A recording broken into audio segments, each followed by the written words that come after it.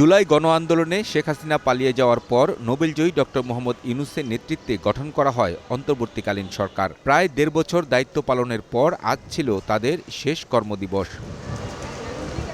সকালে প্রধান উপদেষ্টার সঙ্গে বিদায়ী সাক্ষাৎ করেন সেনাপ্রধান। দায়িত্ব পালনকালীন সময়ে সহযোগিতা করায় সেনাবাহিনীকে ধন্যবাদ জানান প্রধান উপদেষ্টা। এদিকে প্রধান উপদেষ্টার কার্যালয়ের কর্মকর্তাদের কাছ থেকে আনুষ্ঠানিক বিদায় নেন ডক্টর মোহাম্মদ ইউনূস।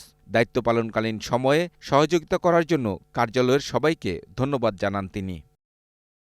এদিকে নতুন সরকারের মন্ত্রীদের জন্য ৩৭টি বাসভবন প্রস্তুত করে রাখা হয়েছে বলে জানিয়েছেন গণপূর্ত উপদেষ্টা। এখন পর্যন্ত আমরা ৩৭টা বাড়ি রেডি করে রেখেছি। মিন্টু রোড, এই হেয়ার রোড, ধানমন্ডি এবং গুলশান মিলিয়ে এই পর্যন্ত এটা রেডি আছে। আর প্রয়োজনে আরও কয়েকটা বাড়িও তৈরি করার প্রস্তুতি চলছে। এই আর কি অবস্থা,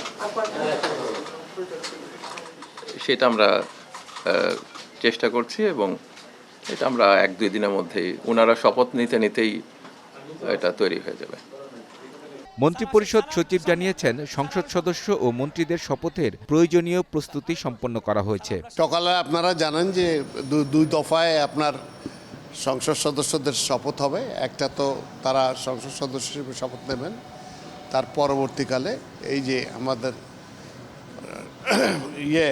সংস্কার সেটার জন্য শপথ নেবেন এবং বিকেলে যে মন্ত্রিসভার শপথ হবে। মঙ্গলবার জাতীয় সংসদ ভবনের দক্ষিণ প্লাজায় শপথের মধ্য দিয়েই অন্তর্বর্তীকালীন সরকারের কাছ থেকে দেশ পরিচালনার দায়িত্বভার গ্রহণ করবে বিএনপির চেয়ারম্যান তারেক রহমানের নেতৃত্বে রাজনৈতিক সরকার।